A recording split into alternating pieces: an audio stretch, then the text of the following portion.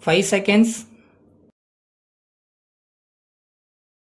Start. Dear friends, I am very happy to be with you all to discuss various subjects relating to the working class in our country. While going through the agenda papers, I have noticed that the industrial relations legislation is proposed to be modified completely to suit the needs of the labor and industry. In this connection, may I refer to one point for the consideration of this conference. The term appropriate government under the Industrial Disputes Act needs revision. Invariably, in all the public sector undertakings under the control of the central government, if any law and order situation arises, the state as custodian of law and order is bound to intervene and maintain peace in industry. At the same time, they are not able to settle the disputes between the parties, as they are not the appropriate government for that matter. May I therefore suggest that this conference may consider the question of amending the Industrial Disputes Act suitably to give the state governments the necessary statutory powers to settle industrial disputes in the central sector units situated in the states. Another important suggestion I would like to place before this conference is that in various labor legislations, either for regulating the service conditions or for providing social security measures or welfare measures, the provision on number of workmen for application of these laws has been the main obstacle in the effective implementation of these legislations for the benefit of workmen.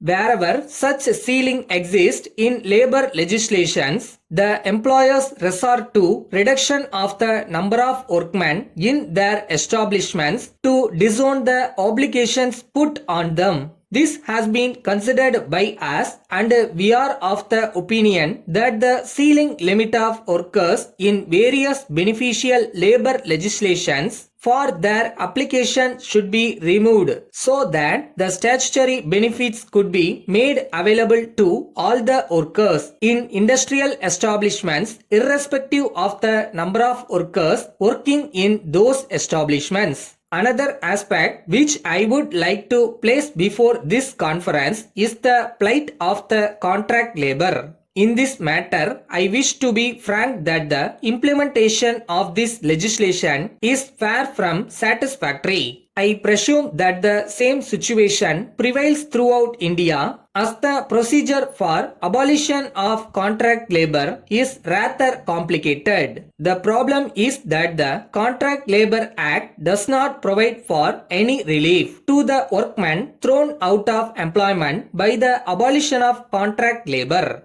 Our state government have moved an amendment to this legislation to provide that in the event of abolition of contract labor, the principal employers of such industrial establishments should be required to observe the affected workers. In this legislation, the ceiling on the number of workmen for coverage is another check for its effective enforcement. Of late, it has become the practice of parties to dispute to take up cases before the High Court, questioning the orders of the government and the orders of the various authorities created under development labor laws. This in turn has resulted in accumulation of writ petitions before the high courts. The high courts in all the states have been overburdened with a number of writ petitions filled by the affected persons from different walks of life.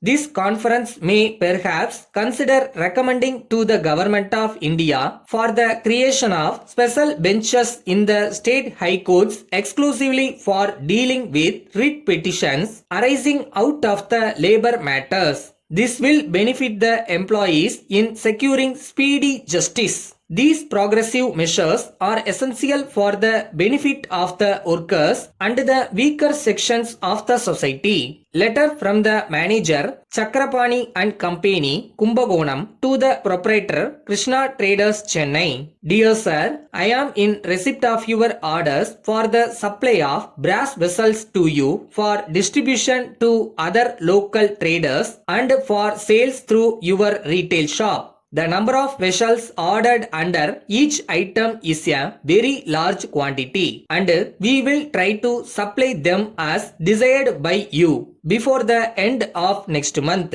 In this connection, I would like to inform you that the quality metal sheets are in short supply. Therefore, we are making arrangements to procure them from various sources to meet the seasonal demand and to keep the schedule of supply to our customers. In fact, we are sending our representative to visit personally the bulk suppliers of metal sheets in North India to impress upon them the need to maintain timely supply and to ensure the dispatch of full quantity of ordered metal sheets. We will be getting a clear picture about the supply soon after our representatives return from his trip.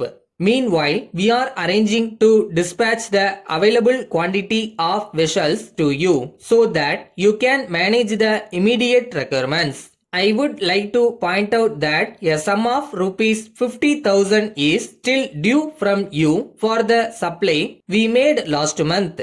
I request you to kindly send this immediately without further delay and oblige. Thanking you, yours faithfully.